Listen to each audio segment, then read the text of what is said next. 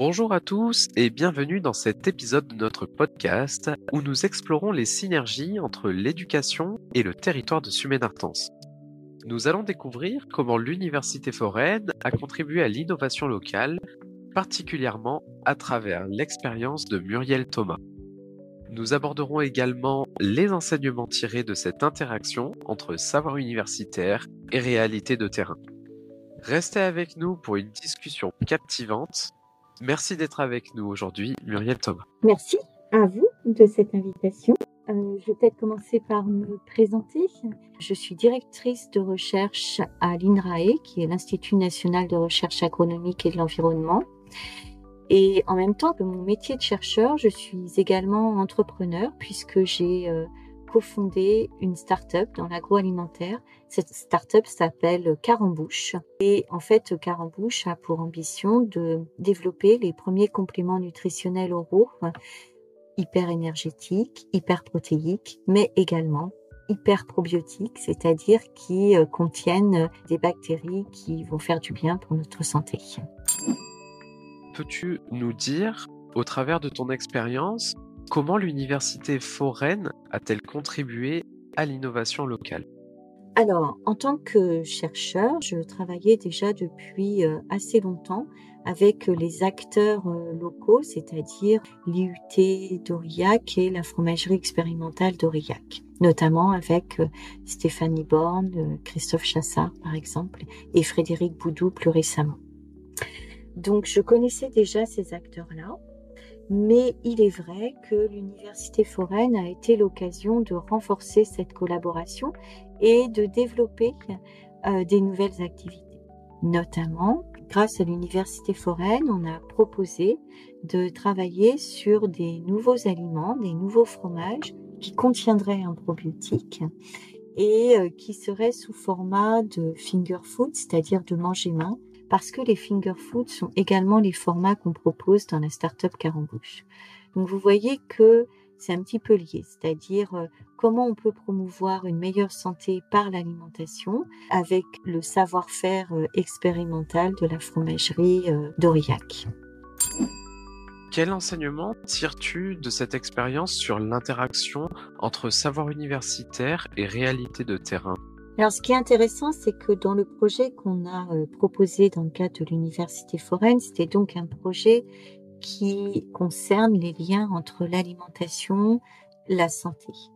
Et dans ce cadre-là, on a proposé de travailler avec des collégiens du collège de Ide qui ont fabriqué d'abord un questionnaire, puis fait répondre leurs grands-parents à ce questionnaire. Une fois que ces questionnaires étaient remplis par les collégiens et leurs grands-parents, ces collégiens ont amené le questionnaire à l'IUT d'Aurillac. Ça a provoqué l'occasion de faire visiter l'IUT par les collégiens du collège de Ide. Vous voyez déjà qu'on a mis en place des relations entre des collégiens et des étudiants. Ensuite, ce questionnaire a été analysé par les étudiants de l'IUT, notamment en termes de statistiques, etc. Et on a donc dégagé des grandes tendances. Voilà, donc ça c'est le projet concret qu'on a proposé à l'Université foraine. Et vous voyez que ce projet repose sur la création de liens intergénérationnels. Et ce projet aussi permet d'innover, puisque grâce à ça, on a pensé de nouveaux aliments, c'est-à-dire des nouveaux fromages, et puis des nouveaux formats de recettes sous forme de manger-main. Très bien. Est-ce que tu sais s'il va y avoir un livre ou une publication autour des recettes ? Alors, il n'y aura pas de livre autour des recettes. En revanche, il y aura une publication dans le cadre d'un livre qui est créé et façonné par plusieurs acteurs de l'Université foraine.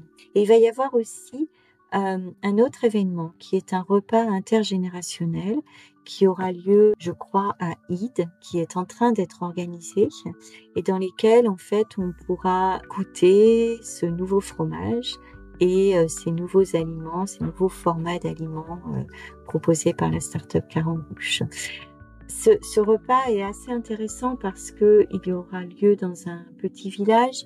Donc, on travaille également sur l'isolement territorial. Donc, on mélange un peu les professions, les générations, les acteurs de la société civile et différents métiers. Selon toi, qu'est-ce que l'université foraine et le territoire ont pu apprendre ou développer comme pratique de ta part? Alors, je pense apprendre, c'est peut-être un petit peu ambitieux et prétentieux, mais en tout cas, pendant l'université foraine, il y a des réalités qui ont été rappelées, notamment des réalités nutritionnelles. C'est-à-dire qu'avec l'âge, par exemple, les besoins nutritionnels sont différents des besoins nutritionnels qu'on peut connaître quand on est adulte, par exemple. Donc, cette réalité nutritionnelle, je pense qu'elle n'est pas si communément admise et connue. Et donc, l'université foraine a permis de remettre un petit peu cette réalité au goût du jour. Et comment envisages-tu la suite pour ton projet et que va devenir le lien que tu as su créer avec le territoire?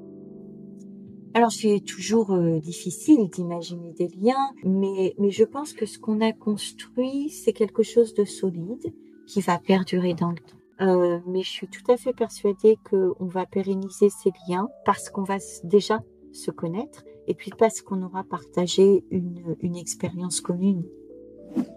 Nous voici à la fin de cet épisode où Muriel Thomas, avec son projet Carambouche, nous a offert un aperçu précieux de son expérience avec l'université foraine. Merci d'avoir partagé tes réflexions et ton expérience avec nous.